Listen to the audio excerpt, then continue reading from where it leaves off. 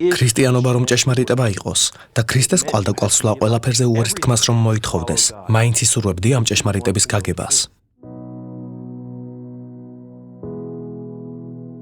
მე დედიკოს ბიჭი ვიყავი. ყოველთვის როცა გარეთ ვიმყოფებოდით, თუ რაღაცის შემეშინდებოდა, მაშინვე დედასთან გავრბოდი და მჭიდროდ ვეკვროდი. ავად თუ გავხდებოდი, სულ მის კალთაში მედო თავი. ძალიან ახლოს ვიყავი დედაჩემთან.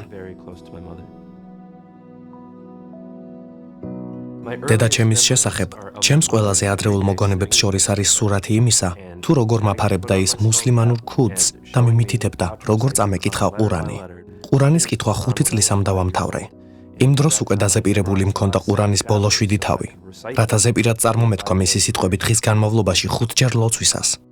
ამერიკის შეერთებულ შტატებში მუსლიმანად გაზრდა სიამაყის მიზეზი იყო, რადგან გვჯეროდა რომ ჭეშმარიტება ჩვენ გვქონდა. კოლეჯში წასვლისას მე და ჩემი საუკეთესო მეგობარი ხშირად ვსაუბრობდით რწმენის შესახებ. გამუდმებით ვკამათობდით ისლამისა და ქრისტიანობის თაობაზე, მაგრამ ერთ მშვენიერ დღეს გვერდით გამიყვანა და მითხრა: ნაბილ, ქრისტიანობა რომ ჭეშმარიტება იყოს და ქრისტეს კვალდაკვალ სვლა ყველაფერზე უარის თქმას რომ მოითხოვდეს, მაინც ისურვებდი ამ ჭეშმარიტების გაგებას. დიდი ხანი დამჭირდა იმის გასააზრებლად, რომ იმ შემთხვევაშიც კი, თუ ყველაფერს დავკარგავ, ეს ღირსამად.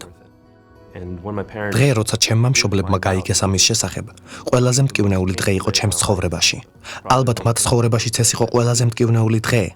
არასოდეს დამავიწყდება, როგორ მიყურებდა დედაჩემი იმ წუთებში.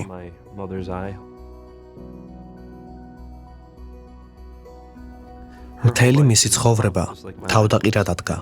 სწორედ ისევე, როგორც ჩემი ცოტა ხნით ადრე. ახლა ჩემი სიცოცხლე ქრისტეა. ახლა აღარ მაქვს იგივე ურთიერთობა ჩემს მშობლებთან.